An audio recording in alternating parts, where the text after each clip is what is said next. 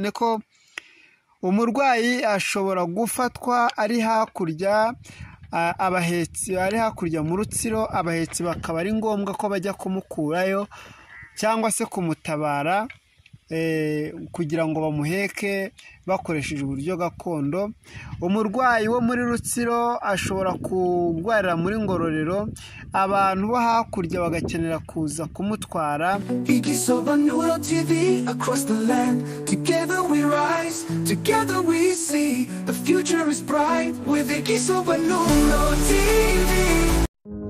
Reka mbasuhuze mwe mwese mudukurikiye ku Gisobanuro TV, amahoro n'imigisha n'ibirushaho kubana namwe. Tugiye kuganira ku kibazo cy'agatereranzamba cy'umugezi wa Satisi ugumije kuba ikibazo ku batuye Ngororero, Rutsiro ndetse n'abatuye mu turere dutandukanye ariko dutuye hafi aho bakenera gukoresha inzira banyuze ku mugezi wa Satisi, cyane cyane abantu banyura mu gace ka Sovu ndetse n'Urusebeya, ndetse ab'umwihariko shatse kuvugaho n'abantu batuye Nyabipfura, akagari ka Nyabipfura, umurenge wa Sovu, ndetse n'abantu batuye akagari ka Mberi, umurenge wa Rusebeya. Aha ni ahantu hasa naho leta yaburiye umuti, ariko sinzi niba leta yarabuze umuti cyangwa se niba ari uburangare bw'abayobozi bahaba cyangwa se niba ari ubushobozi bw'uturere twombi, cyane ko Rutsiro yagaragaje ko ubwo ifite imbaraga zo gukemura iki kibazo, ariko Ngororero yo ikagaragaza ko uruhare runini ntacyo ifite cyo kurukoraho. Ni mu gihe Ngororero ni mu gihe akarere ka Rutsiro kagaragaje cyane ibikorwa, nyamara agace ka Ngororero bikagaragara neza ko gafite ibibazo byinshi byakarenze, bigatuma kugera ku kibazo cy'umugezi wa Satisi bigorana cyane. Nyamara uyu mugezi ugomeje kwica abantu benshi. Mu gihugu cy'u Rwanda turabimenyereye, iyo umuturage yapfuye leta irahurura ikaza kureba icyamwishe, ndetse cyaba ari ngombwa bakareba igisubizo bashakira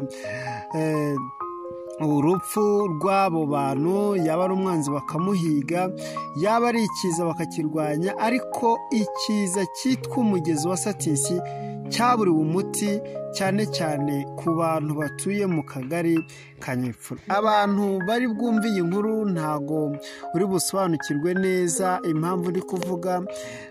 Akagari ka Nyabipfura gatuye mu karere ka Ngororero, kakaba gatuye kabarizwa mu murenge wa Sovu, ndetse kakaba kabarizwamo hamwe n'utundi tugari: Kagano, Kanyana, Rutovu, Musenyi, ndetse aka kagari kakaba kari ku nkengero y'umugezi wa Satisi, aho kuri uwo mugezi nanone mu murenge wa Sovu gukorwaho n'umurenge n'akagari ka Kanyana, Kagano ikoraho nakita ko, ariko Kagano ni nk'aho idakoraho, ahubwo Kanyana, Musenyi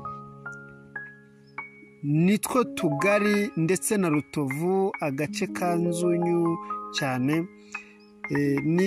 nitwo dukora kuri uyu mugezi wa Satisi cyane. Ariko Nyabipfura by'umwihariko ahantu ihurira n'umugezi wa Satisi nta hantu haba ikiraro kirenze kimwe muri ako kagari kose. Urumva aho akagari gatangiriye n'aho gahereye harimo ikiraro kimwe rukumbi abantu bakoresha bambuka uwo mugezi wa Satisi.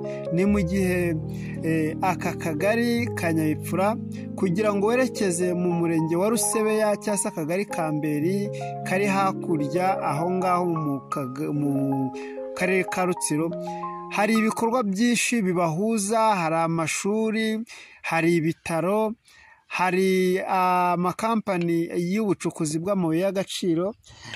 Ayo yose ni ibikorwa abaturage bakenera kwifashisha byihuse kandi ariko bakazanakenera nanone mu gihe cy'imvura ko bakwambuka umugezi kandi batekanye.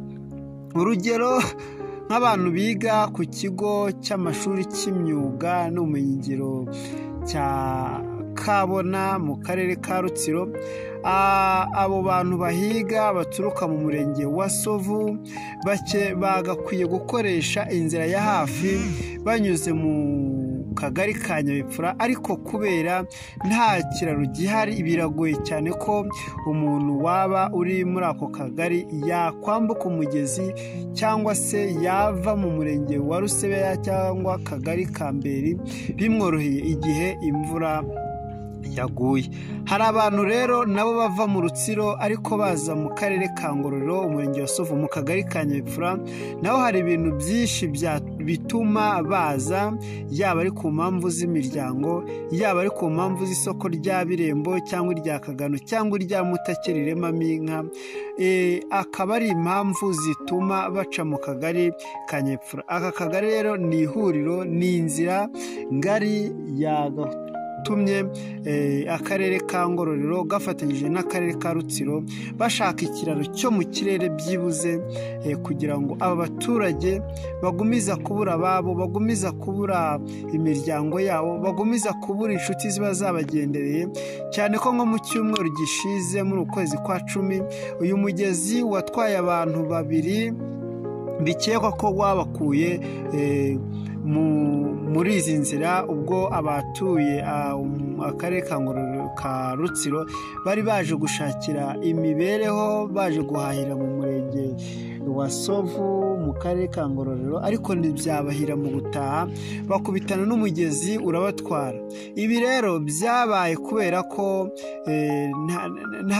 nta rutindo, nta kiraro yaba icyo mu kirere, dore ko tugereranyije dufate mu murenge wa Sovu uhuza akarere ka Rutsiro ndetse na Ngororero, harimo ibiraro bitarenze 3 kuri Satizi.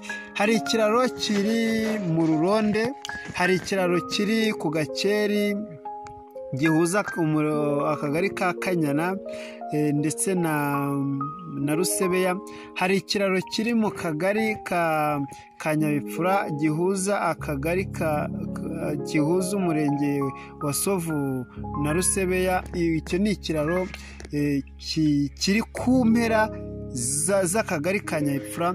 Kugira ngo uve ku murenge wa Rusebeya ugere ku murenge wa Sovu uciye mu kagari ka Nyabipfura byagusaba gukoresha amasaha atari hasi y'4 kugira ngo byibuze ube waciye kuri icyo kiraro.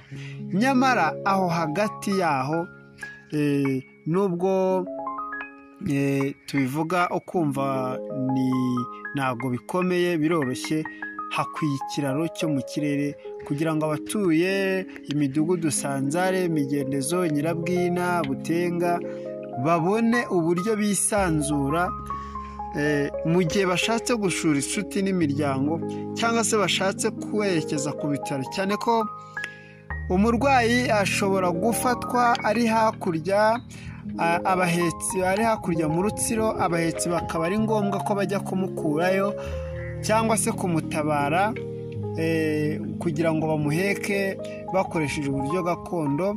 Umurwayi wo muri Rutsiro ashobora kurwarira muri Ngororero, abantu bo hakurya bagakenera kuza kumutwara, cyangwa se nanone umuntu ashobora no kugwa muri Ngororero ari wo mu Rutsiro cyangwa umunyarutsiro agwa muri Ngororero kandi akeneye no gutabarwa n'abantu bo hakurya muri Rutsiro, ariko kubera ikibazo cy'ikiraro kidahari abantu byabagora cyane. Niyo mpamvu nsaba akarere ka Ngororero, akarere ka Rutsiro, igihugu cyose n'intara y'Uburengerazuba, igihugu cyose muri rusange kugira ngo gitekereze kuri aba baturage batuye Nyabipfura, Sovu, batuye Rusebeya, Ngororero, batuye Rusebeya, Mberi, barebe uburyo bahuza imbaraga iki kiraro kiboneke, cyane ko kuva mu 2020 kuva mu 2000 kugera mu 2024 uyu mugezi watwaye abantu barenga 20 bari hagati ya 20 na 50. abo bantu ni benshi, nyamara ugasanga nk'umuntu umwe wenda wishwe n'inyamaswa kuri pariki, igihugu cyarahuruye, ariko abangaba ugasanga iyo bapfuye, iyo batwaye n'umugezi, leta irarebera gusa. Niba ari ukubura amakuru, niba ari ukubura ubushobozi, ntabwo tubizi, ariko turasaba ko leta yagira icyo ikora kuri iki kibazo. Ndi Libori Fresh, iyi ni Igisobanuro TV. Ndabakunda cyane.